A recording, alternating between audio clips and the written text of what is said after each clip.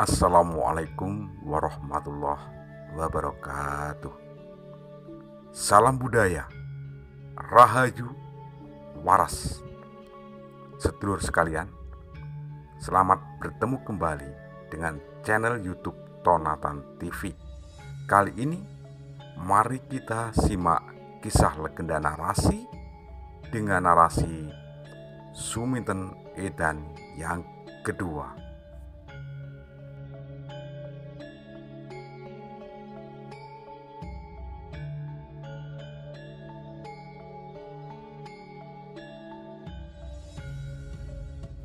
Suminten layaknya orang yang sudah tidak mengenal dirinya, mengenal kehormatan dan martabatnya sebagai putri Warok Gunoseco. Ia menari dan terus menari kegirangan. Rambutnya yang panjang awut-awutan dan cara berdandannya pun tidak seperti biasa. Singokobro semakin geram melihat keponakannya yang semacam itu. Dalam batinnya Singokobro beranggapan bahwa penyebab semua itu terjadi adalah karena Cempluk Warsiah. Ya, Cempluk Warsiah, putra kakak seperguruannya, yakni Suromenggolo, yang dipersunting oleh Subroto.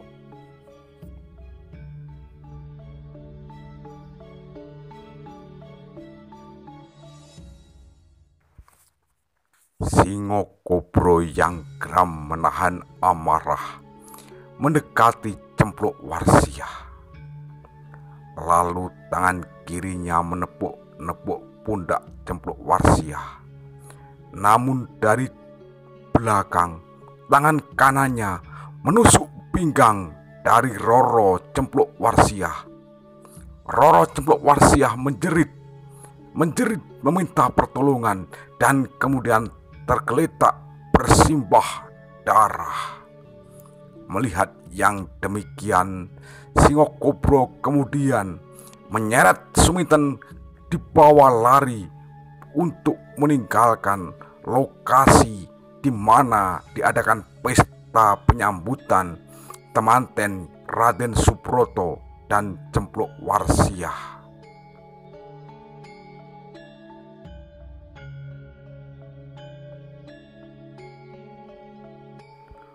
Warok Suromenggolo, bapak dari Roro Cempluk Warsiah,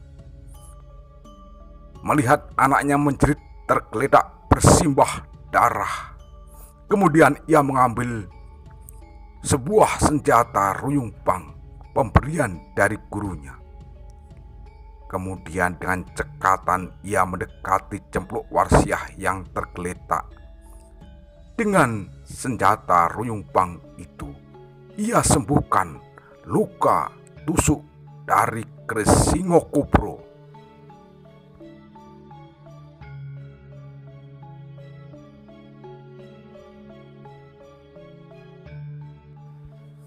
Tempat pesta penyambutan temanten itu pun menjadi geger.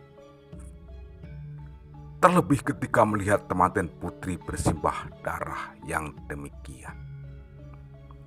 Semua satu persatu meninggalkan tempat di mana diadakan pesta penyambutan temanten tersebut. Setelah sepi, Roro Warsiah yang telah disembuhkan oleh Suromenggolo itu pun dibawa masuk rumah.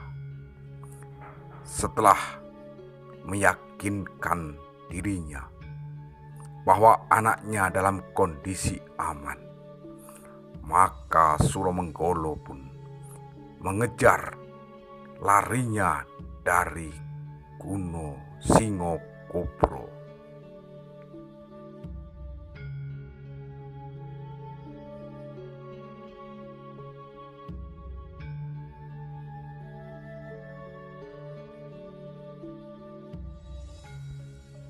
Dalam perjalanan perjalanan mengejar Singokubro, Suromenggolo bertemu dengan Warok Secodarmo atau Guno Seco.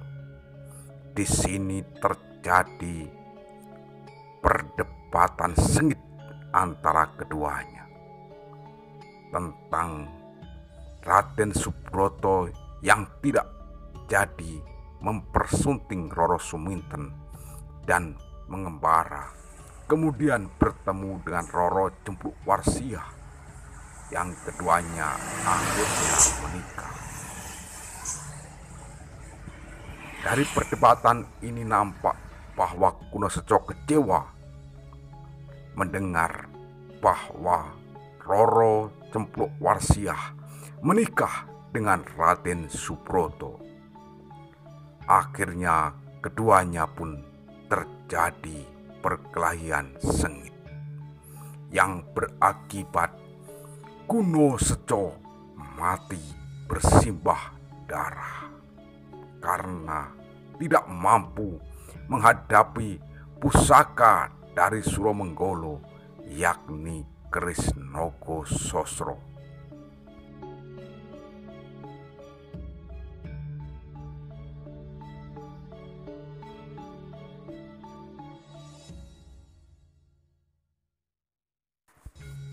Setelah mengalahkan Warok Guno Seco, Warok Suromenggolo pun pergi melanjutkan mengejar Singokubro. Singokubro diberitahu oleh Suromenggolo bahwa Secodarmo telah mati di tangannya. Mendengar kalimat itu, ia merasakan getaran-getaran bahwa Suromenggolo tidak cukup didiamkan. Maka ia pun mengajak Suromenggolo untuk mencari tempat yang luas agar bisa lebih leluasa beradu kesaktian.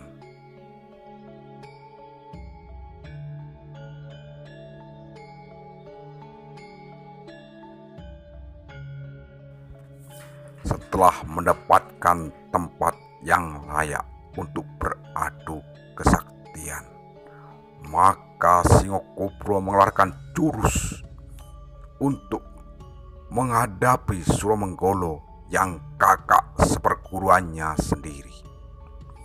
Suromenggolo sebagai kakak seperguruan dengan tenang menghadapi jurus-jurus yang dikeluarkan oleh Singokubro.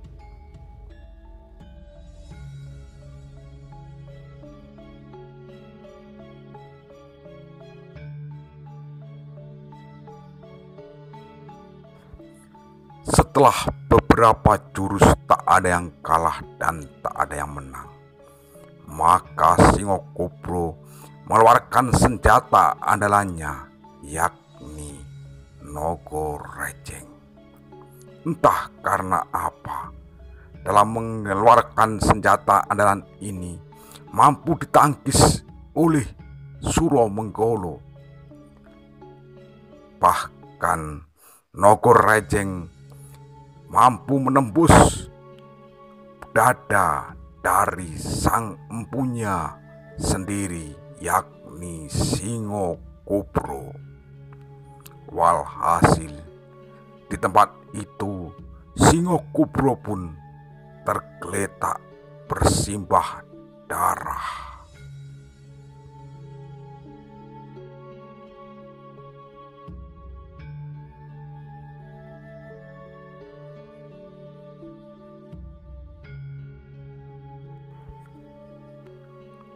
Suromenggolo yang telah berhasil menghadapi dan menyelesaikan kedua adik seperguruannya itu, kemudian mencari keberadaan Suminten yang telah lupa ingatan.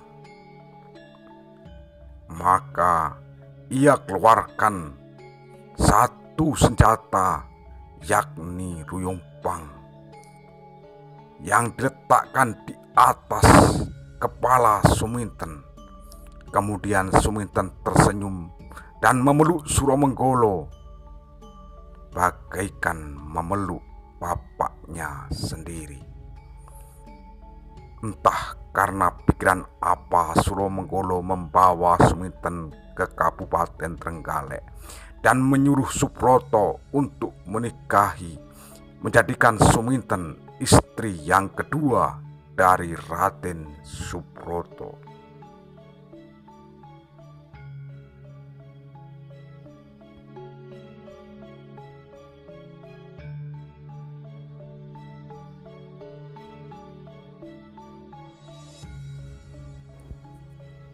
Sedulurku sekalian, demikian dulu apa yang bisa kami sampaikan. Ada kurang lebihnya kami mohon maaf yang sebesar-besarnya. Tak lupa Asasanti, ono rino, ono upo, ono awan, ono pangan. Salam budaya, rahayu, waras. Wassalamualaikum warahmatullahi wabarakatuh.